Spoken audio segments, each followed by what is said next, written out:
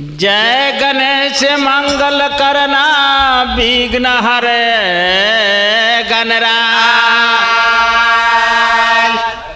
एक दांत करिया बदना शुभ कर मामा। देखी भक्त माई के मंदिर में जाता। हाँ जी। कैसे पूजाई करता हो? कैसे जी? वे सुने के बाद वह सबन श्रोतागण सुनी। हाँ जी। अगर गलती हमसे हुई अपन बालक समझ के हमके क्षमा करो। घर के लड़का बनी नाने मुने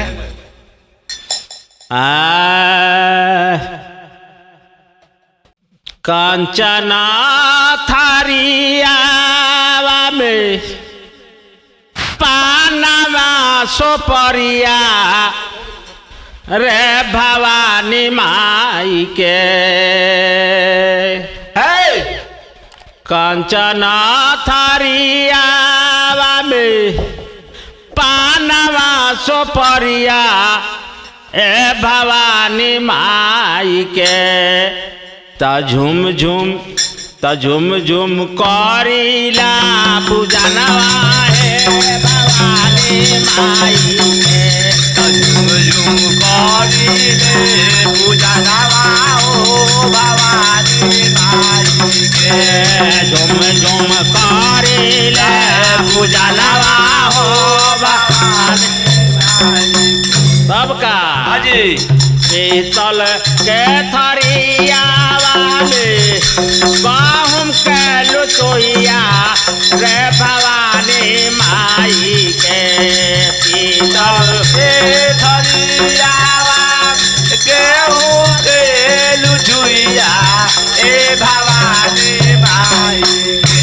त झुम झुम करीले अरनवा हो भवानी माई के। झुम झुम करीले पूजनवा हो भवानी माई के। झुम झुम करीले पूजनवा हो भवानी माई के। झुम झुम करीले पूजनवा माई दल के थरिया हवा में चाना के या कोरिया हे भवानी माई के। पीतल के थरिया चाना के अकुरिया हे भवानी माई के।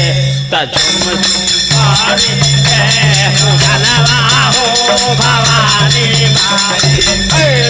झुम झुम करीले पूजनवा हो भवानी माई के।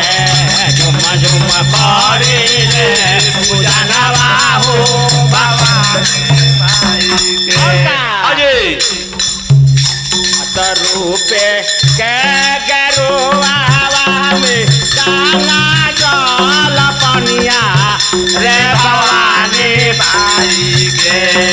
रूपे के गेरुआ गंगा जल पनिया हे भवानी माई के। झुम झुम करीले पूजनवा हो भवानी माई के।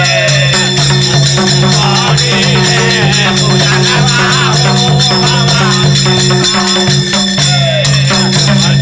करीले पूजनवा हो भवानी माई के।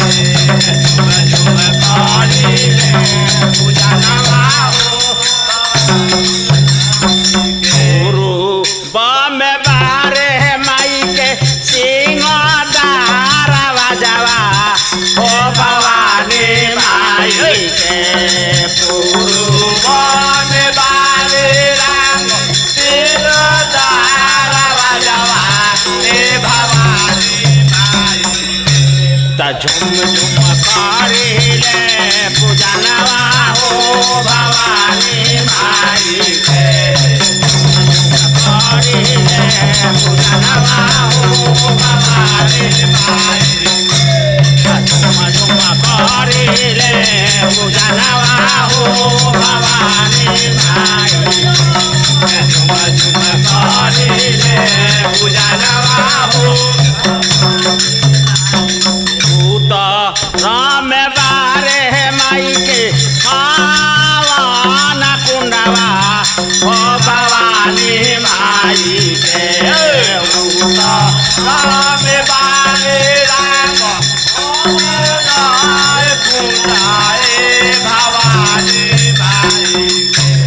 झुम झुम कहरिले पूजनवा हो भवानी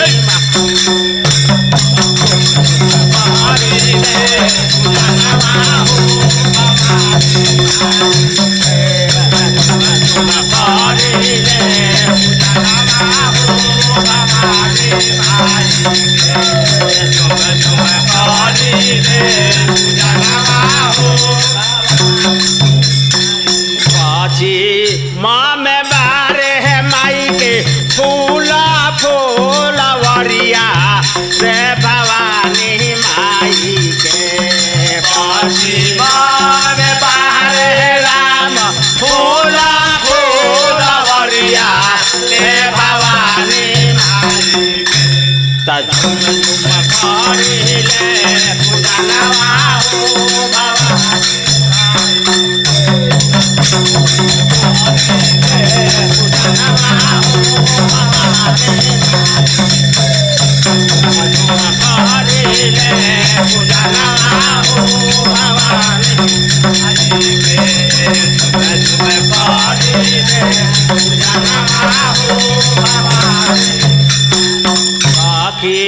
नाम बार है राम गंगा जी के धरवा हो भवानी माई के नाम बार राम गंगा जी के धरवा हे भवानी माई झुम झुम कहरिले पूजनवा हो भवानी माई